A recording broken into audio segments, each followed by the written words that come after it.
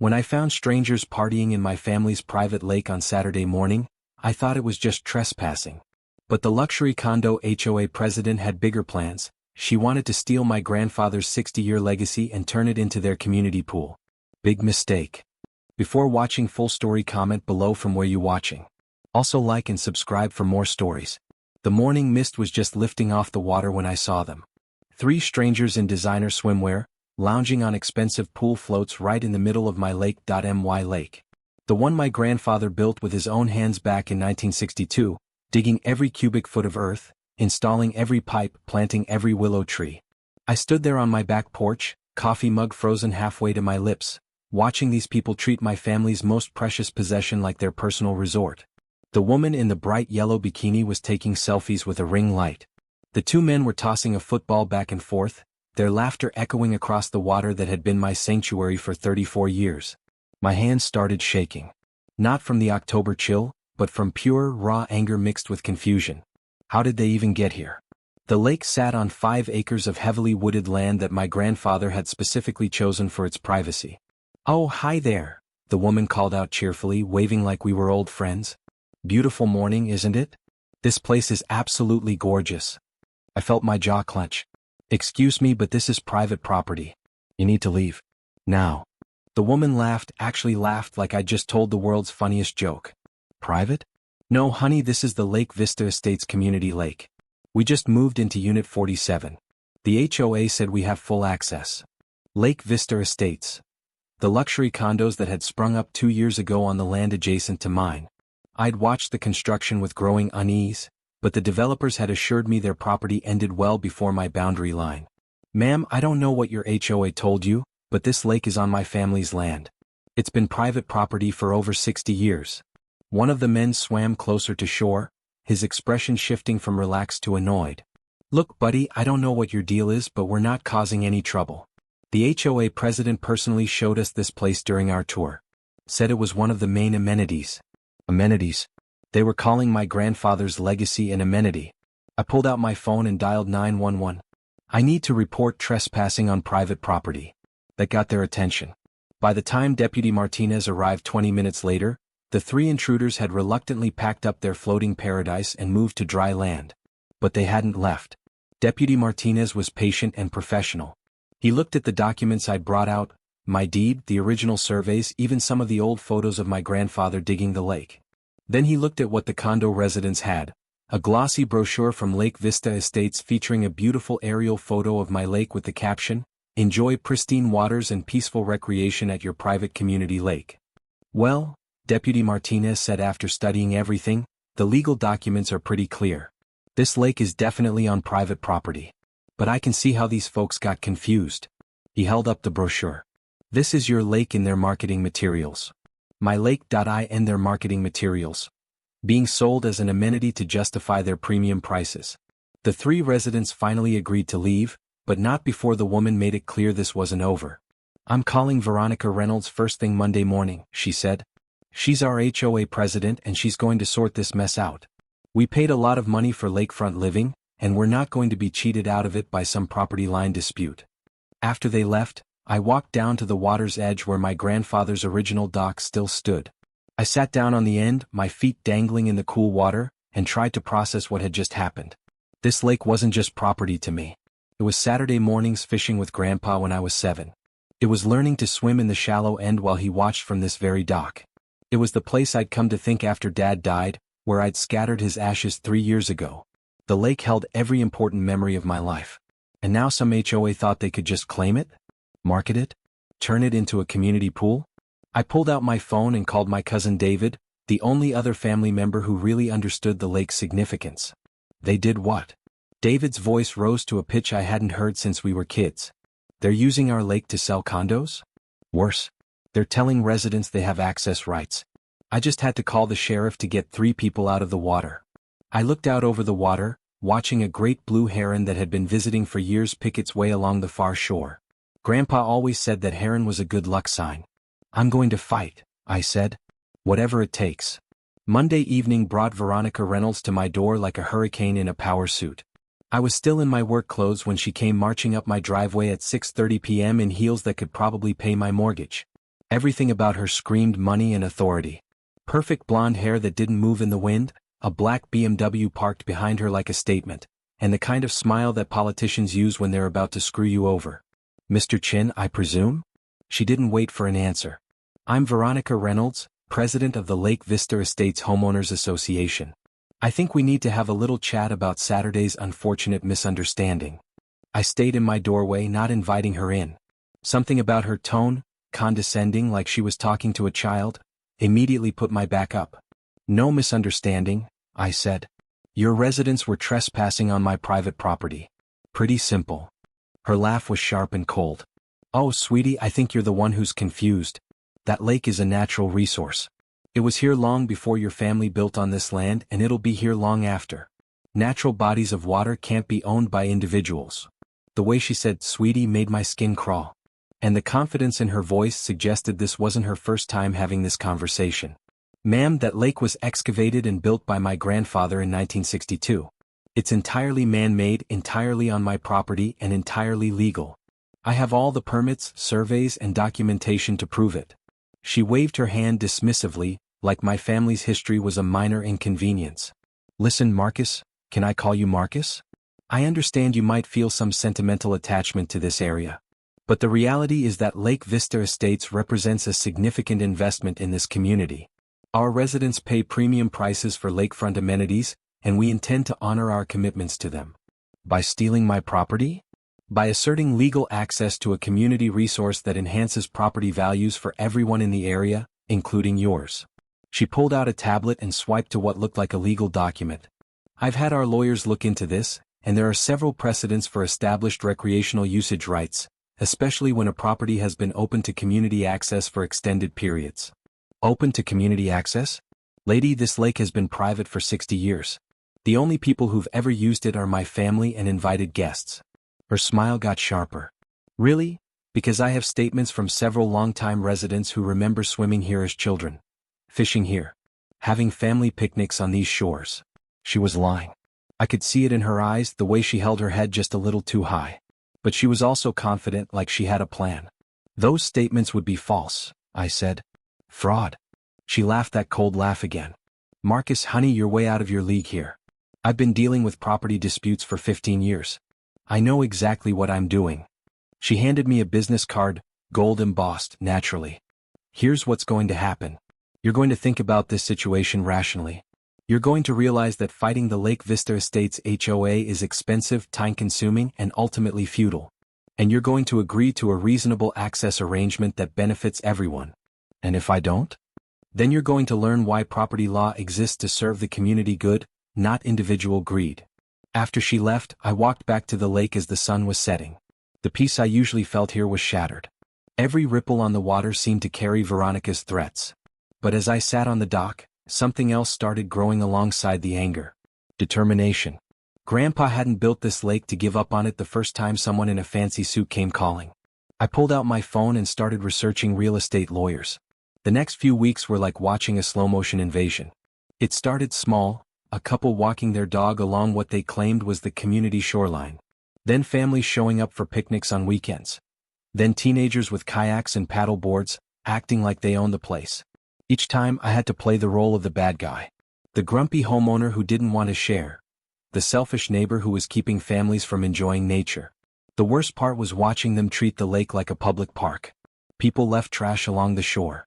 Someone had carved initials into one of Grandpa's original willow trees. I found beer cans floating in the water and cigarette butts ground into the sandy area where I used to build sandcastles with my dad. But what really pushed me over the edge was the construction. I came home from work on a Thursday evening to find 3 men building a wooden platform about 50 feet from my dock. Not on the Lake Vista Estates side, on my side, clearly within my property boundaries. Excuse me. I called out, jogging down toward the water. What do you think you're doing? The man who seemed to be in charge looked up from his power drill. Building a fishing platform. The HOA approved it. The HOA approved construction on my private property? He shrugged. Lady said it was community land. We're just following orders. I called the sheriff's office again. Deputy Martinez showed up 30 minutes later, looking tired and frustrated. Mr. Chin, this is the 4th call this month about lake access disputes. Because they keep trespassing and now they're building structures on my land. The workers grumbled but started disassembling their project. But I could see this wasn't the end, it was escalation. That night, I called the real estate lawyer I'd been researching, Patrick Roberts. His office was modest, but his reputation was solid. 20 years of property law experience, with a particular specialty in boundary disputes and HOA conflicts. "Mr. Chen," he said after I'd explained the situation, "what you're describing is unfortunately becoming more common. HOAs with more money than sense, thinking they can bully individual property owners into giving up their rights. Can they win? Not if your documentation is as solid as you've described. But they can make your life hell trying. How important is this property to you?" I thought about how to explain what the lake meant without sounding sentimental. "It's everything," I said finally. "It's my family's history, my personal sanctuary, and the only thing my grandfather left behind that's still exactly as he made it." "Then we fight," Patrick said. "But I want you to understand what you're getting into. Veronica Reynolds has a reputation in this area. She's ruthless, well-connected, and she has the HOA's budget behind her. This could get expensive and ugly." I thought about my savings account, my business income, the mortgage I was still paying. Then I thought about Grandpa's hands, scarred from decades of construction work, digging every bucket of earth that became this lake. "I'm not settling," I said. Patrick wasn't kidding about things getting ugly. Within 2 weeks of hiring him, I received a formal lawsuit from the Lake Vista Estates HOA claiming adverse possession and community access rights to my lake. "This is complete nonsense," Patrick explained over coffee at his office. "Adverse possession requires open, continuous, and hostile use for at least 20 years in this state. But they're hoping to intimidate you into settling. What kind of evidence do they have?" Patrick slid a thick folder across his desk. "Statements from 5 Lake Vista Estates residents claiming they remember using this lake as children and teenagers. Fishing, swimming, having parties." I flipped through the statements, my anger building with each page.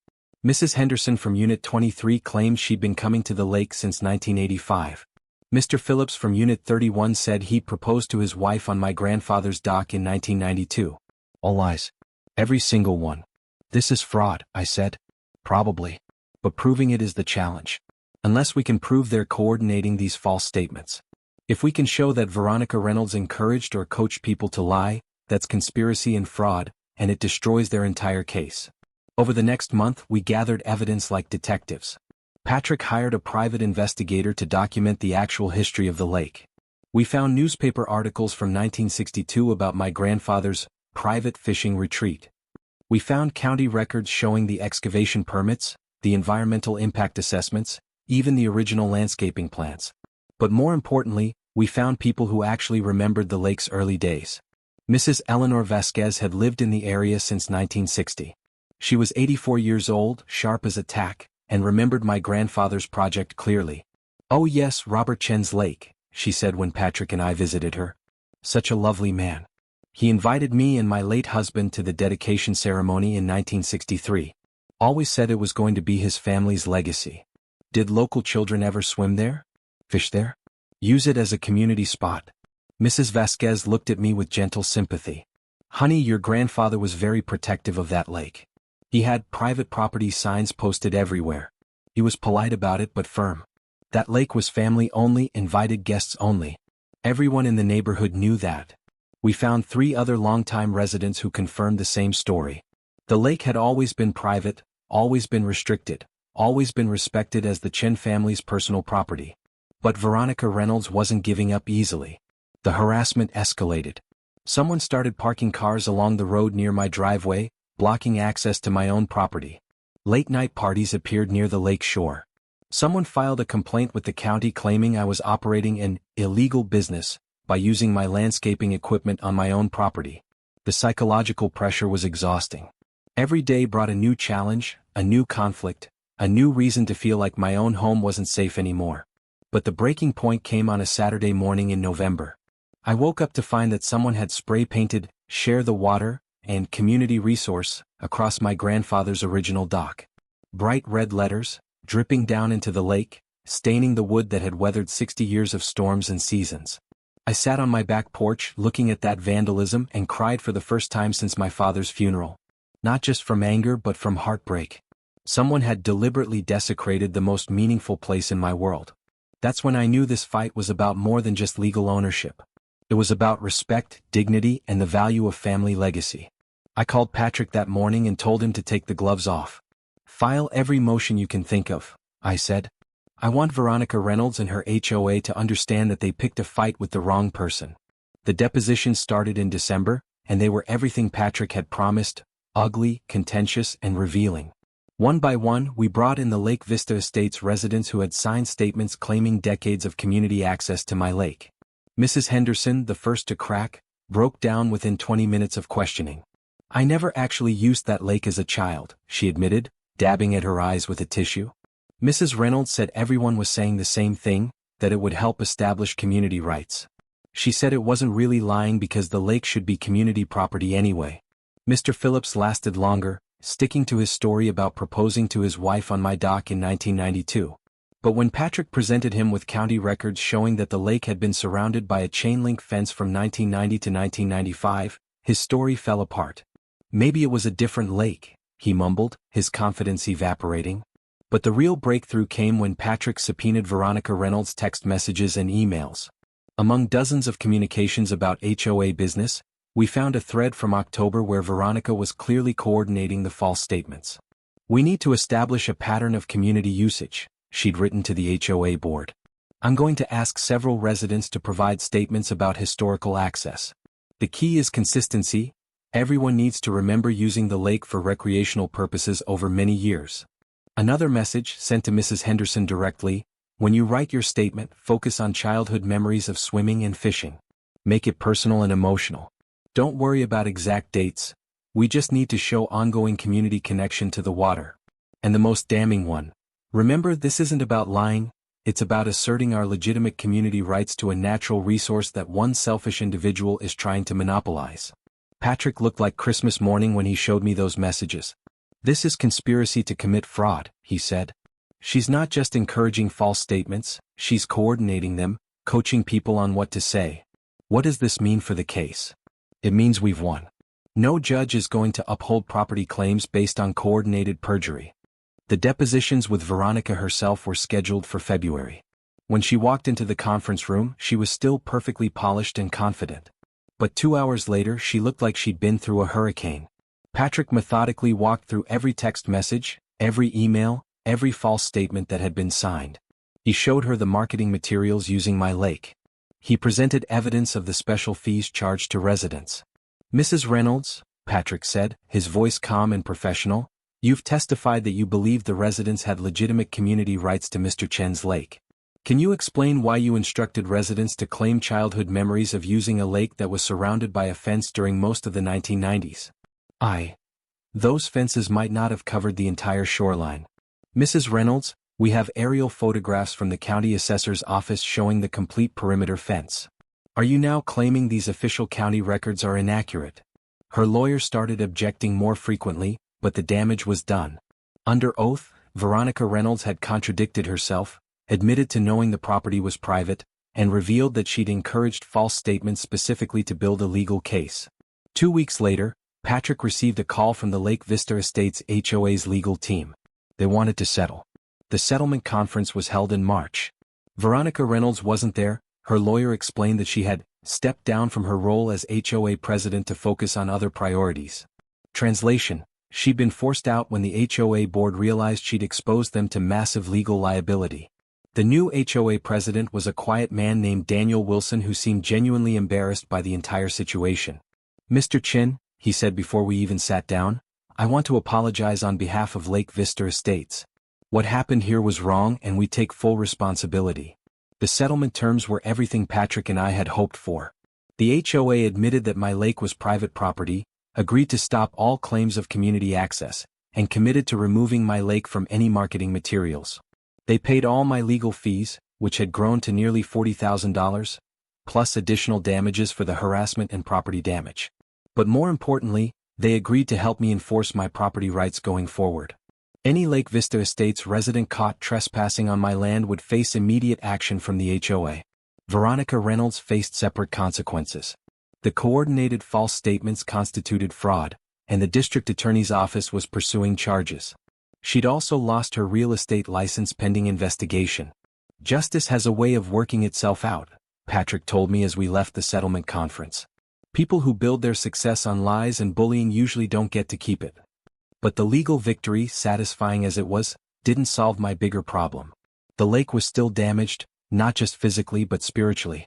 The peace and sanctuary I'd always found there had been shattered by months of conflict. I needed to reclaim this place to make it sacred again. And I had an idea for how to do it. The fence was Daniel Wilson's suggestion, actually. During one of our post-settlement conversations, he mentioned that several Lake Vista Estates residents were still confused about property boundaries. Even with the legal settlement, some people are going to keep pushing, he said. Maybe some kind of clear boundary marker would help everyone understand where community property ends and your private land begins. I could have built a chain-link fence or put up "no trespassing" signs, but that felt harsh and ugly. This lake deserved something better. Something that would protect it while honoring its natural beauty. That's when I decided on a living fence. I spent weeks researching native plants that would thrive near water and create a natural barrier.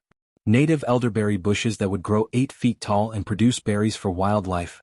Red osier dogwood with brilliant red stems that would glow in winter sunlight.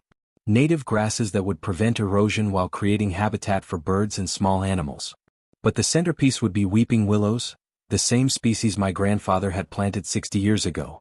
The project took 3 months and every weekend I hired a couple of workers from my landscaping business to help with the heavy digging, but most of the planting I did myself.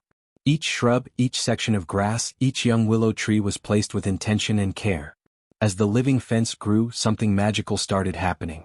The physical barrier created psychological space. People could see that this was private, protected land, but it didn't feel hostile or unwelcoming. It felt natural, like the plants had always been there. Birds started returning in numbers I hadn't seen in years. The great blue heron that had disappeared during the worst of the conflicts came back, bringing a mate. Red-winged blackbirds nested in the cattails along the shallow edges. I even spotted a family of wood ducks. But the most surprising change was in the water itself. Without constant human disturbance, the lake began to clear. By summer, I could see the bottom in areas where it had been murky for months. I was sitting on Grandpa's dock one evening in July, watching the sunset paint the water in those familiar shades of orange and pink, when Daniel Wilson appeared at the edge of my property. "Mr. Chin," he called out. "Could I have a word?" I waved him over, and he walked carefully along the path that led through the living fence to the water's edge. "I hope you don't mind the intrusion," he said. "I wanted to see what you'd done with the place. The residents have been talking about it. Good things, I hope?" He sat down on the dock beside me, looking out over the peaceful water. "Very good things. You've created something beautiful here. And it's got me thinking about how communities should work. How private property and community interests don't have to be enemies." He paused, watching a family of ducks paddle past. "I have a proposition for you. What did you have in mind?" "Monthly nature walks, maybe 10 people at a time, led by someone who understands the ecology and the history. A way for families to teach their children about wetland conservation and private stewardship. Not recreation but education." I thought about my grandfather, who had always believed that beautiful places were meant to inspire people to create and protect more beautiful places. Would there be rules? Absolutely. Scheduled visits only. No swimming, no fishing, no picnicking. Respect for the plants and wildlife. Anyone who violated the agreement would be permanently banned. And Lake Vista Estates would take responsibility for enforcing those rules? Completely. This would be our way of making amends, of showing that we've learned something from this whole disaster. I looked out over the lake, imagining small groups of children learning about herons and willows and the importance of clean water. It felt like something Grandpa would have appreciated. "Let me think about it," I said. The educational program started small that fall. The first group was 6 families from Lake Vista Estates, including some children who had never seen a natural lake ecosystem up close.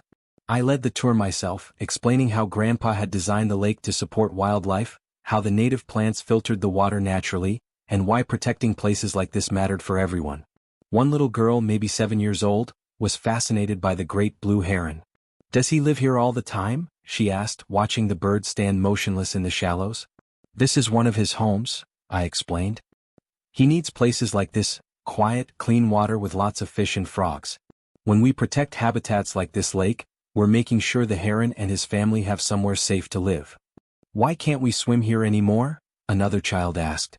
It was a fair question and I answered it honestly. Sometimes when lots of people use a place for fun, they accidentally hurt the animals and plants that live there. This lake is like a library for wildlife. We can visit quietly and learn from it, but we need to let it stay peaceful so the animals feel safe. The parents seemed to understand better than I'd expected. One father, who Daniel later told me had been among the most vocal complainers about losing lake access, thanked me afterward. "I never thought about it from the wildlife perspective," he said. "My kids learned more in an hour here than they have in months of nature documentaries." Word spread beyond Lake Vista Estates.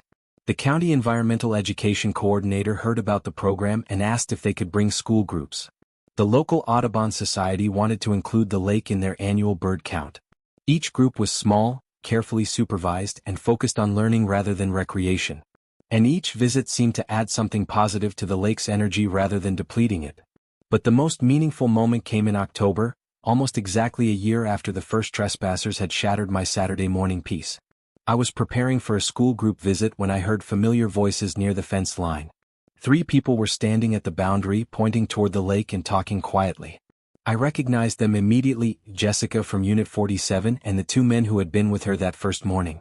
I walked over, expecting another confrontation. Instead, Jessica smiled sheepishly and held up a pair of binoculars. "Mr. Chin, I hope you don't mind. We were just watching the ducks." "Daniel said you've seen wood ducks here recently?" "A whole family," I confirmed. "They're usually visible in the early morning or late afternoon. Would it be okay if we just watched from here? We won't come onto your property or disturb anything." It was such a different approach from that first confrontation that I was genuinely moved. These were the same people who had once lounged in my lake with ring lights and footballs, now standing respectfully at the boundary with binoculars, asking permission just to observe. "Of course," I said. "And if you're interested in learning more about the wildlife here, we do educational tours once a month. Daniel has the schedule." "We'd love that," one of the men said. We never realized how much we didn't know about any of this. By the spring of the second year, the educational program had grown beyond anything I'd imagined. We were hosting visits from schools as far as 3 counties away. The state environmental agency had designated the lake as a demonstration wetland for sustainable private conservation. But the most unexpected development came in the form of a phone call from Veronica Reynolds. "Mr. Chin, this is Veronica Reynolds," the voice said, and I nearly hung up before she continued quickly. "Please don't hang up. I'm calling to apologize." "Apologize? For everything. For the lies, the harassment, the legal battle, the vandalism, all of it. What I did was wrong, and I've spent the last year trying to understand how I became the kind of person who could justify those actions." I waited, not sure what to say. "I lost my real estate license," she continued. "I'm facing criminal fraud charges. My marriage fell apart. I lost my house. And honestly, I deserved all of it. Mrs. Reynolds, I appreciate the apology, but please let me finish. I'm not calling to ask for forgiveness or to make myself feel better. I'm calling because I'm working with the State Real Estate Commission now, developing ethics training programs. I want to use what happened with your lake as a case study, with your permission." "A case study?" "To teach real estate professionals and HOA board members about the legal and ethical boundaries of property development and community advocacy. About how easy it is to cross the line from legitimate representation into fraud and harassment."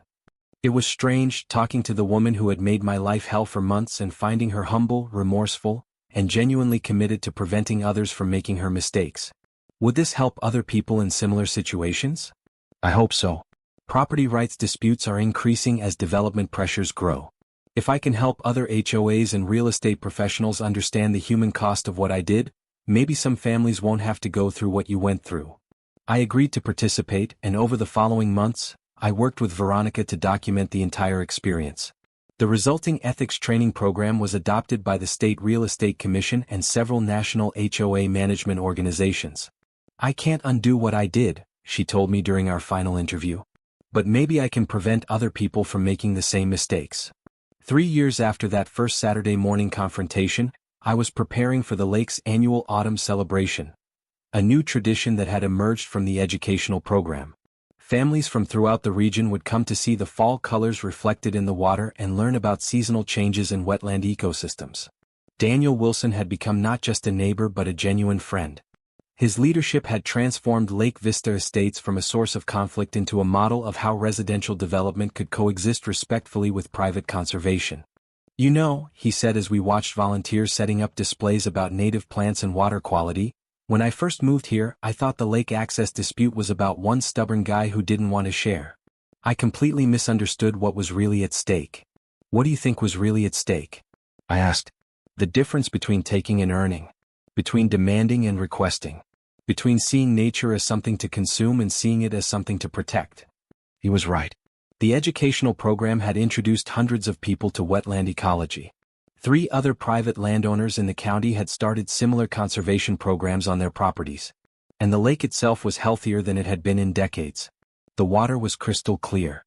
Fish populations had rebounded to levels I hadn't seen since childhood. The living fence had matured into a beautiful natural boundary that provided habitat for dozens of bird species. And the sense of sanctuary had been restored. But the moment that meant the most to me came on a quiet Sunday evening in November. I was fishing from Grandpa's dock when I noticed movement in the cattails along the far shore. It was a beaver, the first I'd seen on the lake in over a decade. It was methodically cutting cattail stems and carrying them toward what looked like the beginning of a lodge. Beavers are incredibly sensitive to human disturbance. They need quiet, undisturbed water to feel safe enough to establish territory and build homes. The fact that one had chosen my lake as a place to settle was the ultimate validation that we'd truly restored this place's ecological integrity. I sat there in the fading light, watching the beaver work, and felt my grandfather's presence more strongly than I had in years. Not just in the physical structures he'd built, but in the values he'd embodied. Patience, stewardship, respect for the natural world, and the belief that some things are worth protecting no matter what it costs. As I packed up my fishing gear and walked back toward the house, I passed the memorial plaque that Daniel Wilson had suggested we install. Read. Chin Family Lake, established 1962 private conservation area. Some things are worth protecting for those who come after us. Robert Chin. Below that, this demonstration wetland serves the community through education, research, and habitat preservation. It stands as proof that private stewardship and community benefit can work together when built on mutual respect and shared values. The plaque was made of natural stone and designed to weather gracefully, just like everything else Grandpa had built.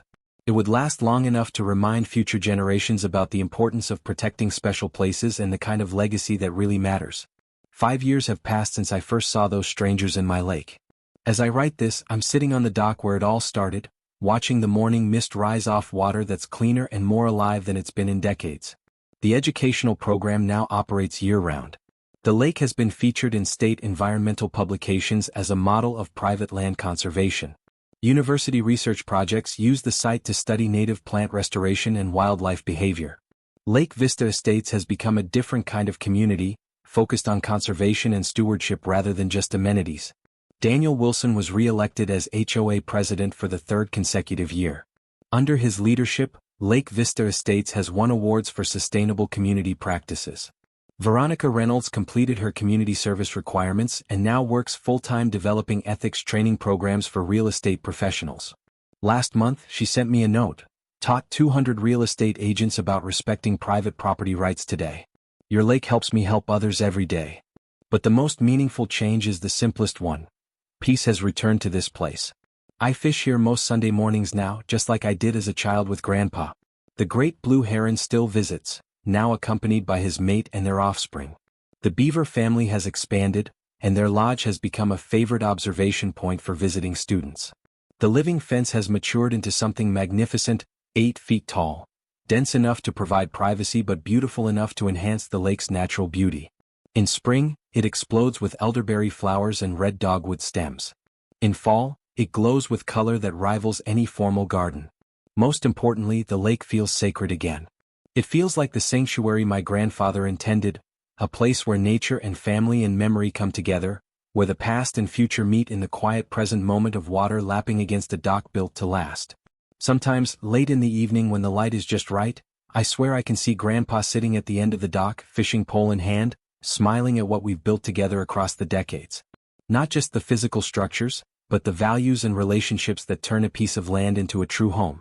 The legal battle taught me that some things are worth fighting for, no matter the cost.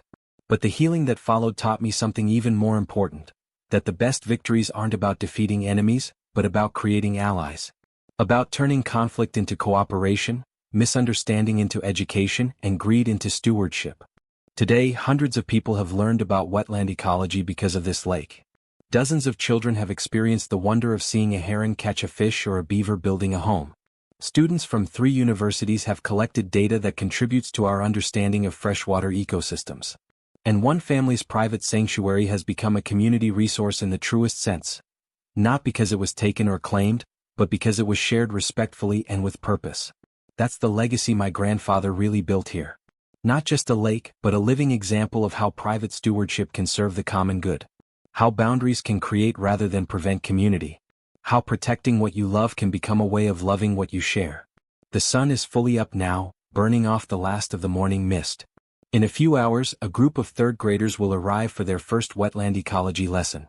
They'll use nets to collect water samples, magnifying glasses to examine pond creatures, and field guides to identify the birds that call this place home. They'll learn about food chains and habitat requirements and the importance of clean water. But more than that, they'll experience the quiet magic of a place that's been protected and cared for generation after generation, by people who understood that some things are more valuable than money or convenience. As I pack up my fishing gear and head back to the house, I'm already looking forward to this afternoon's tour.